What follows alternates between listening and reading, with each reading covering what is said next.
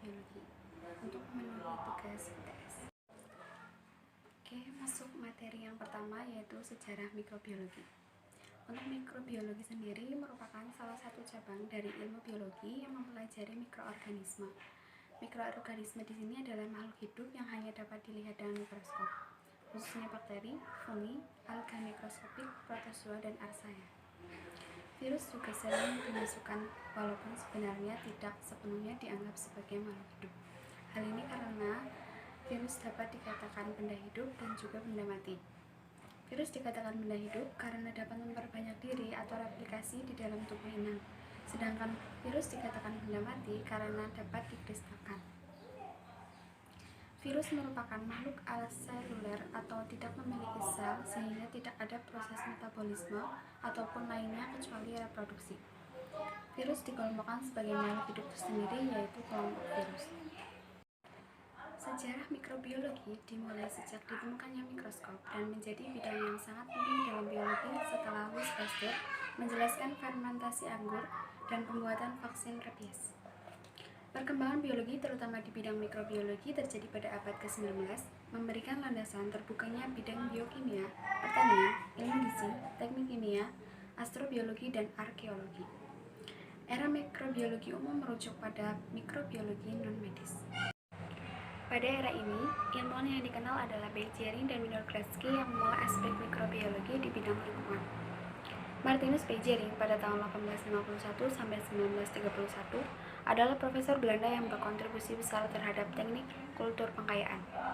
Sedangkan Sergei Winogradsky pada tahun 1856 sampai 1953 mendalami bakteri yang terlibat dalam siklus nitrogen dan siklus sulfur yang merupakan konsep chemolithotrofi. Pada abad ke-20 berkembang dua cabang mikrobiologi yang masih saling berhubungan, yaitu yang pertama dasar atau basic, yang kedua adalah teraplikasi atau applied.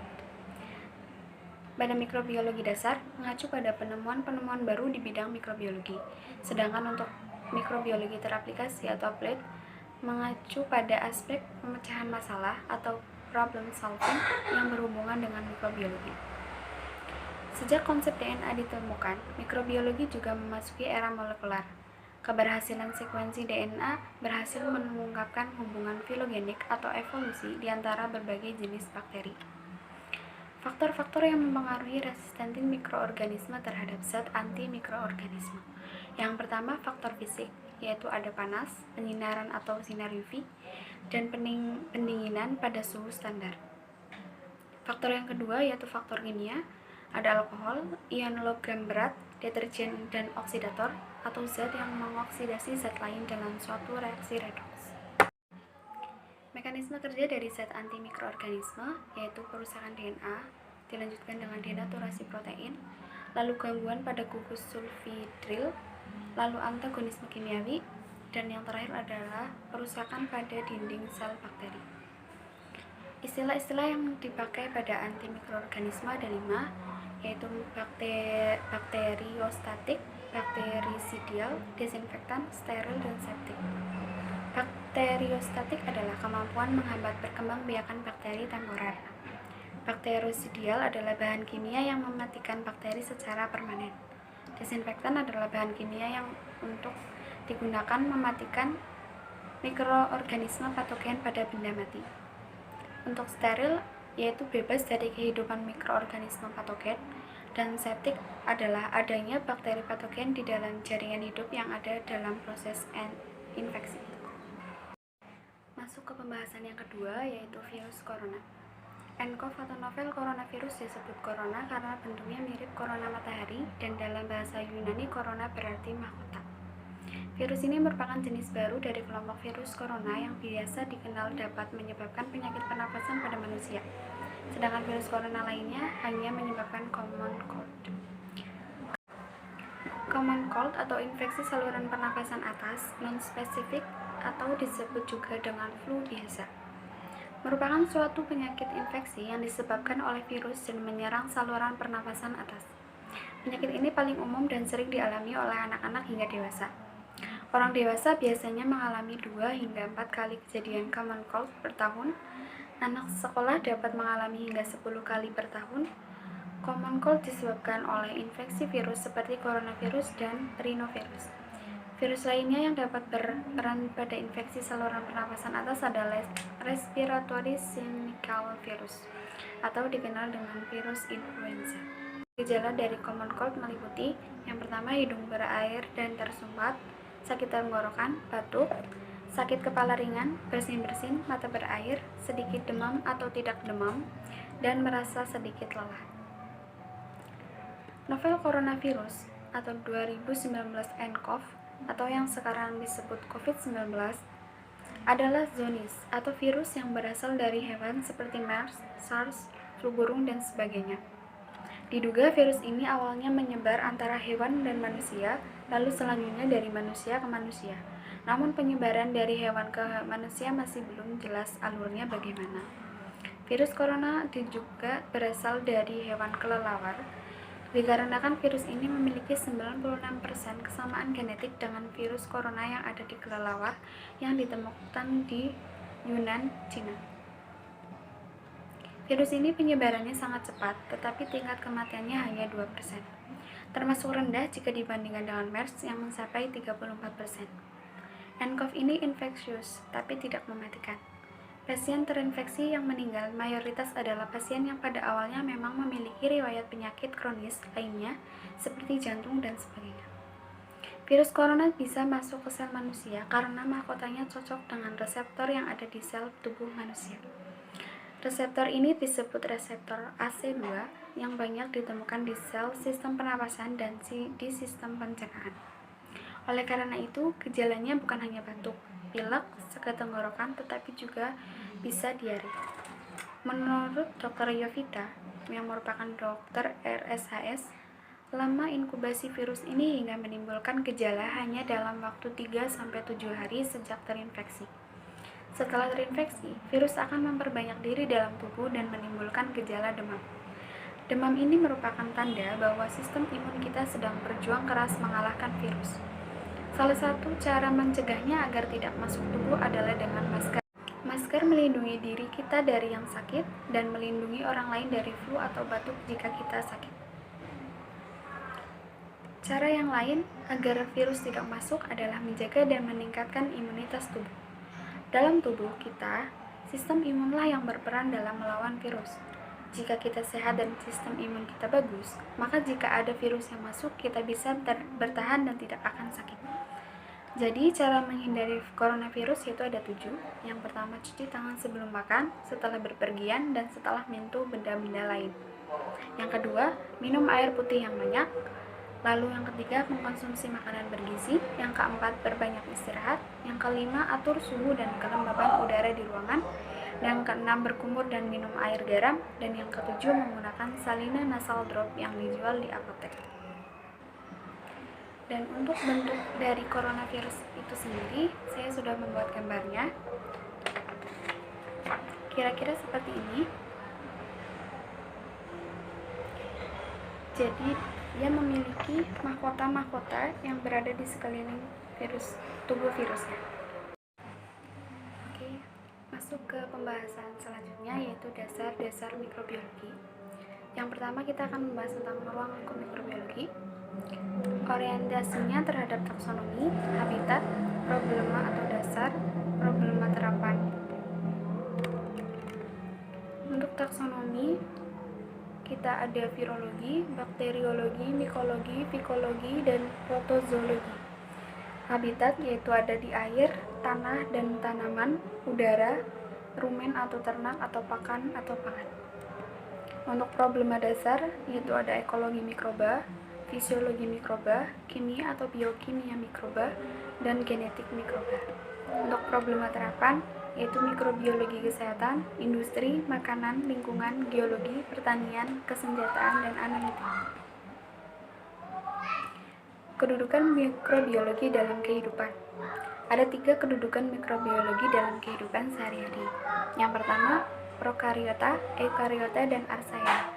Untuk prokariota merupakan makhluk hidup yang tidak memiliki membran inti sel atau karion.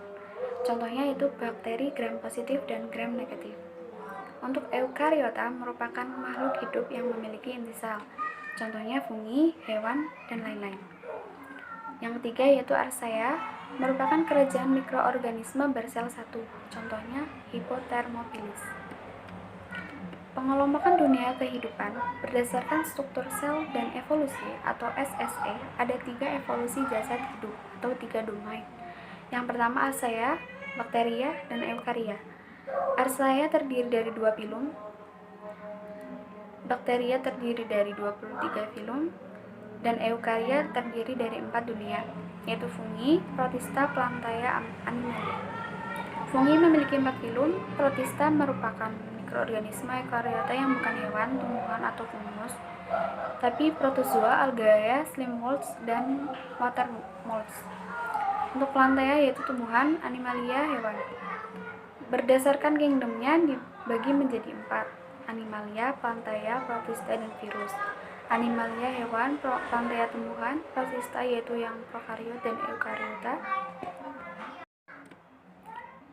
Sel mikroba tanpa organel yaitu ada bakteria dan archaea yang termasuk prokariotik, memiliki struktur dan fungsi penyusun sel sebagai berikut. Yang pertama ada membran sitoplasma, memiliki 3 fungsi utama, yaitu memelihara tekanan osmosis, sistem transport aktif, dan menyediakan tempat untuk reaksi utama enzim. Yang kedua dinding sel, memberi bentuk sel tumbuhan, melindungi bagian sel dari pengaruh lingkungan, dan menjaga sel tumbuhan agar tidak pecah akibat masuknya air secara berlebihan. Yang ketiga flagella dan cilia, ini berfungsi menggerakkan cairan di atas jaringannya. Yang keempat kapsul dan slim layer, sebagai lapisan pelindung, menjaga sel dari kekeringan, membantu melekatkan diri pada substrat dan menunjukkan virulensi suatu bakteri. Yang kelima yaitu nukleoid, ini merupakan nukleus semu tempat berkumpulnya DNA kromosomal bakteri.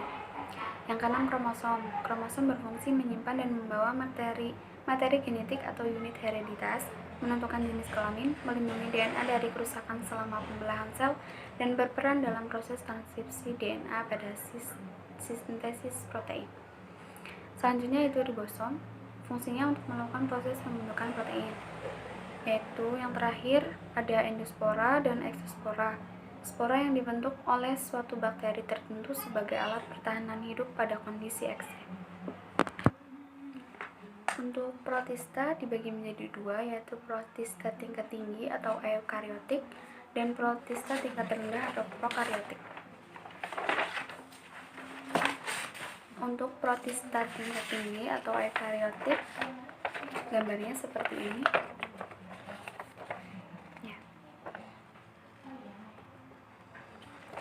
Dan sini sudah ada bagian-bagiannya.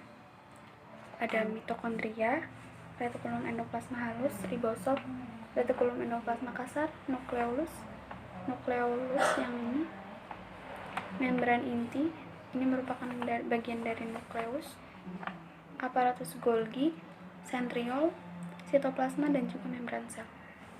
Ini merupakan sel eukaryot. Dan untuk sel prokariot atau protista tingkat rendah seperti ini gambarnya.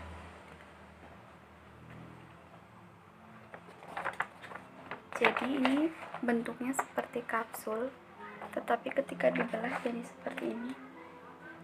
Ini ada ribosomnya, membran sel, dinding sel, kapsul, dan juga flagellanya. Seperti ini.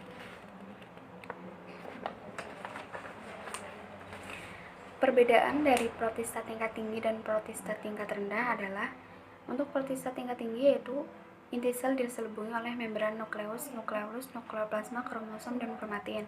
Retikulum endoplasma halus sebagai tempat sintetis lemak, dan untuk retikulum endoplasma kasar sebagai sintesis protein.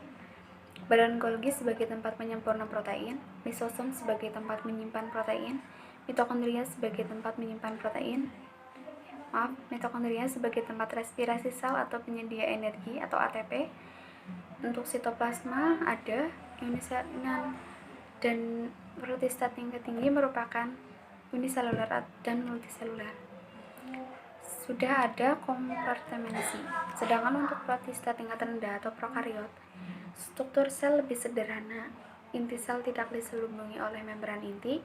Inti sel terdiri dari kromosom tunggal yang panjangnya kira-kira 1 mm dalam keadaan terbuka. Sitoplasma di dalamnya tidak terdapat organel yang lengkap seperti eukariotik dan merupakan uniseluler. Yang termasuk eukariotik ada algae, protozoa, jamur, dan jamur berlendir.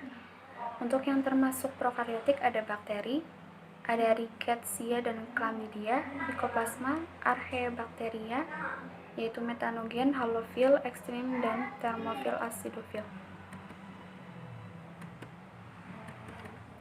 Untuk fungsi organel pada mikroba eukariotik, yaitu seperti protozoa, fungi, dan algae, organelnya yaitu nukleus, fungsinya untuk menyimpan informasi genetik, mitokondria untuk tempat pembentukan ATP secara respirasi aerobik, kloroplas sebagai pembentukan ATP secara fotosintesis, RE tempat sintesis protein, retikulum endoplasma, badan Golgi untuk pemakaian materi yang ditransfer keluar sel, vakuola untuk menyimpan materi, alat pencernaan, dan pemompa air.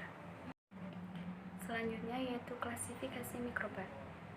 Jenis mikroba ada bakteri, alga, jamur, protozoa, dan virus. Untuk bakteri ada 4 kategori dan ada 35 grup. Alga ada 7 divisi, jamur ada 2 divisi, protozoa ada 4 kelas, dan virus ada 2 kelompok. Maksud ke bakteri. Bakteri berkembang biak dengan pembelahan biner. Dalam proses ini, bakteri yang merupakan sel tunggal akan membelah menjadi 2 sel anak yang identik. Pembelahan biner dimulai ketika DNA bakteri membelah menjadi 2 atau bereplikasi. Kemudian sel bakteri memanjang dan membelah menjadi sel 2 anak yang menjadi 2 sel anak yang masing-masing dengan DNA identik dengan sel induk. Setiap sel anak adalah klon dari setiap sel induk. Ketika kondisi menguntungkan, pada suhu yang tepat dan nutrisi tersedia, maka bakteri akan membelah setiap menitnya. Bakteri termasuk prokariot atau tidak memiliki inti sejati karena tidak adanya membran inti. Inti sel hanya merupakan daerah di mana sitoplasma dengan kekentalan yang berbeda dengan ukuran diameter 500 sampai 760 nanometer dan panjang 1000 sampai 6000 nanometer. Termasuk uniseluler atau bersel satu dan memiliki dinding sel yang tegar. Beberapa bakteri dapat bergerak dengan flagela. Bentuk dan susunan bakteri yaitu ada yang kokus atau bulat. Kokus itu terbagi menjadi 4, yaitu ada bergelombor seperti anggur, Staphylococcus. Yang pertama ada bergerombol seperti anggur atau Staphylococcus, contohnya Staphylococcus aureus.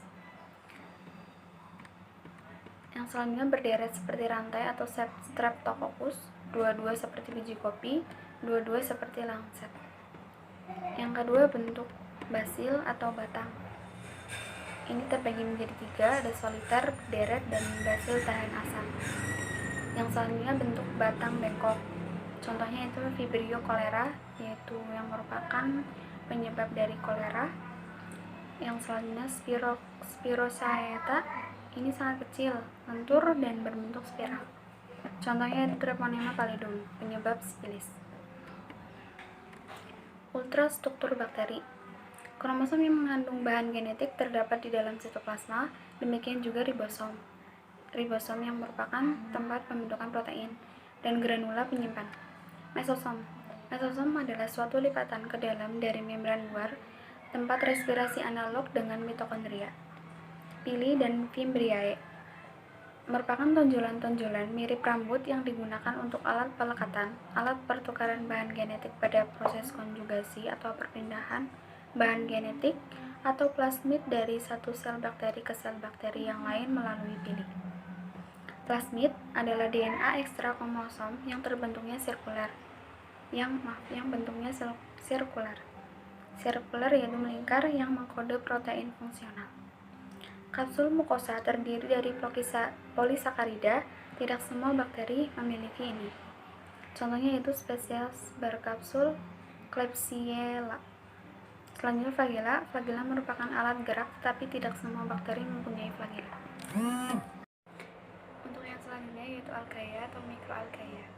Ini merupakan produsen primer dalam ekosistem akuatik atau air yang bersifat uniseluler, filamen, koloni, dan berkembang biak secara aseksual. Bersifat planktonik, bentik, maupun perifiton. Digolongkan menjadi 5 divisi, yaitu Cynopita, Chloropita, Chrysopita, Hieropita, dan Euglenopita. Digolongkan menjadi 5 ini berdasarkan yang pertama ada tidaknya flagel dan bagaimana struktur flagelnya, ada tidaknya cadangan makanan dan bagaimana strukturnya, adanya macam pigmen dalam sel dan bagaimana strukturnya, dan adanya macam dinding sel dan bagaimana strukturnya. Fungsi algae yaitu untuk pakan ikan, yaitu di sini ada contohnya Oscillatoria, nostoc, dan lain-lain. Sebagai bioindikator pencemaran perairan, yaitu ada Silopita, Bodanica, dan lain-lain. Dan juga dapat merugikan biota laut seperti Microkista, Thyrodesmium, dan lain-lain. Selanjutnya itu fungi, merupakan dekomposer bahan organik dalam ekosistem akuatik atau air yang berfungsi sebagai pengurai utama bahan yang mengandung selulosa dan lignin yang merupakan jaringan tanaman, dan hitin dan yang merupakan jaringan tulang insekta. Selanjutnya yaitu fungi. Fungi merupakan dekomposer bahan organik dalam ekosistem akuatik atau air yang berfungsi sebagai pengurai utama bahan yang mengandung selulosa dan lignin atau jaringan tanaman, dan hitin yang merupakan jaringan insek. Fungi merupakan kelompok organisme yang berfilamen, non-fotosintetik, bersifat saprofitik dan parasitik. Memiliki habitat yaitu di tanah, air tawar, dan laut. Fungi bereproduksi dengan spora dan tunas, dan juga pembelahan sel atau fragmentasi talus. Fungi dapat menyebabkan berbagai macam jenis penyakit pada ikan, terutama pada kondisi kualitas yang buruk dan terhadap luka pada tubuh ikan. Selanjutnya yaitu protozoa. Protozoa memiliki 2 fungsi, yaitu sebagai indikator dan pengendalian pencemaran perairan atau bioremediasi. Di sini yaitu yang berperan ada Bodo spp, Stenok spp, Colpidium spp, dan sebagainya. Yang kedua sebagai parasit ikan. Sebagai parasit ikan di sini ada Trichodina species. Selanjutnya yaitu virus.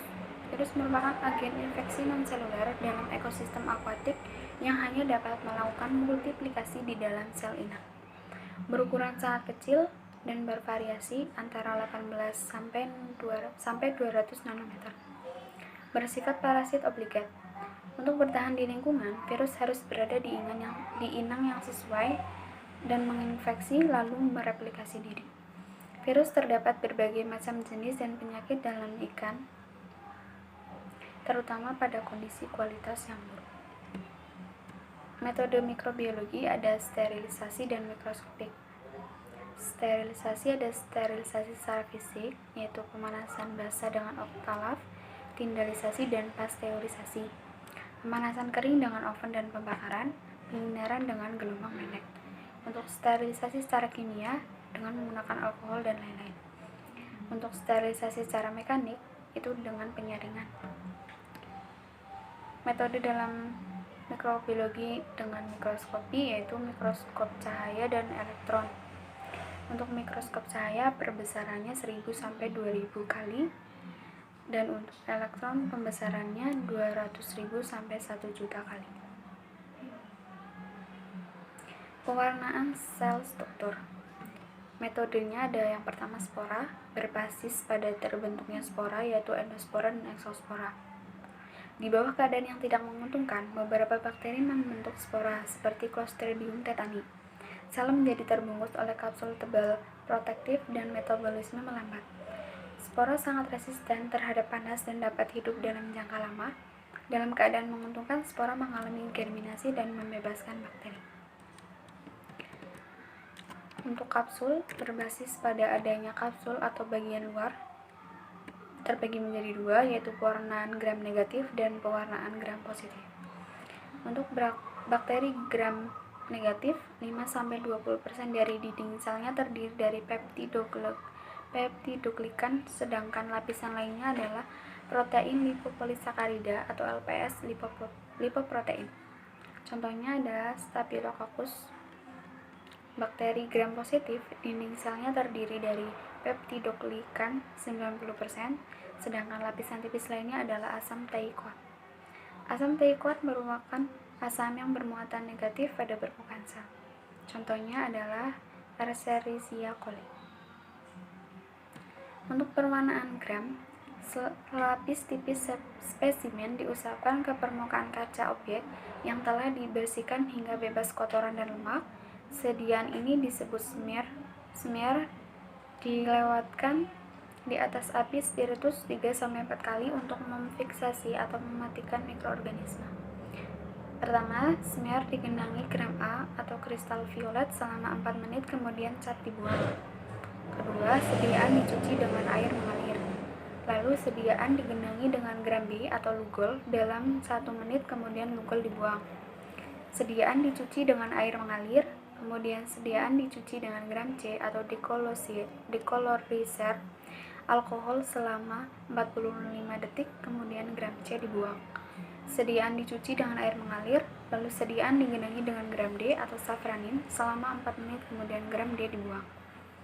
Sediaan dicuci dengan air mengalir, kemudian ditetesi minyak imersi, dilihat dengan mikroskop dengan perbesaran 1000 kali. Reaksi pewarnaan gram. Dalam keadaan alami, bakteri tidak berwarna. Reaksi pewarnaan gram digunakan sebagai langkah pertama dalam identifikasi di dalam laboratorium. Selain itu, dengan diketahuinya sifat dinding sel bakteri berdasarkan pewarnaan gram, dapat untuk menentukan jenis antibiotik untuk pengobatan. Untuk bakteri gram positif berwarna violet, sedangkan bakteri gram negatif berwarna pink.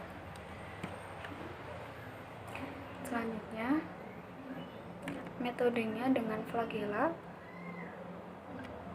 Ini berbasis dengan adanya flagelanya.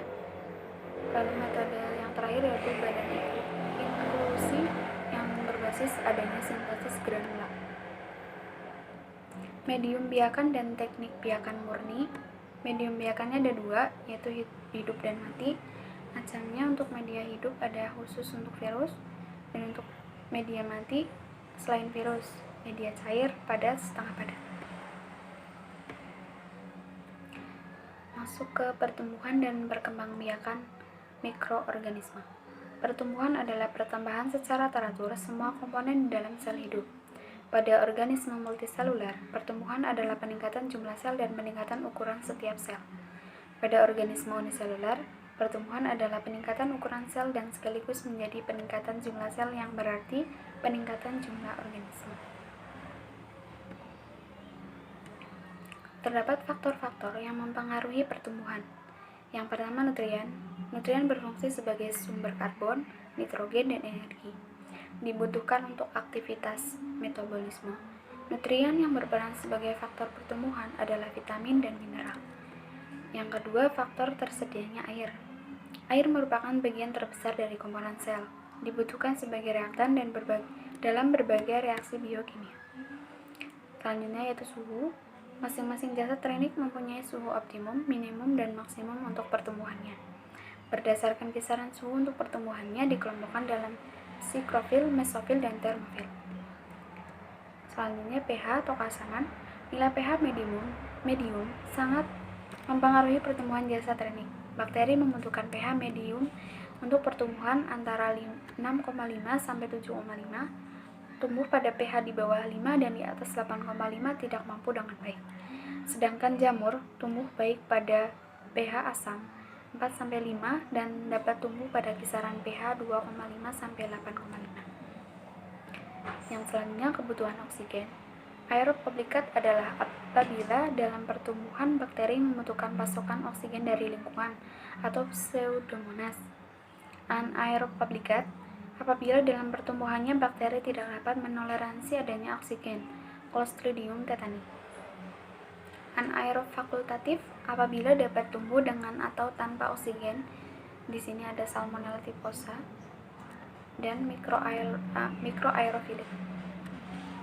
Untuk kurva pertumbuhan bakteri, sel bakteri ditumbuhkan pada suatu media kemudian diinkubasi pada kondisi optimum untuk pertumbuhannya. Pertumbuhan mikrobi di dalam kultur mempunyai kurva dalam bentuk lintah. sumbu X sebagai waktu inkubasi, dan sumbu Y sebagai jumlah sel. Sekian penjelasan dari saya, kurang lebihnya mohon maaf. Terima kasih. Wassalamualaikum warahmatullahi wabarakatuh.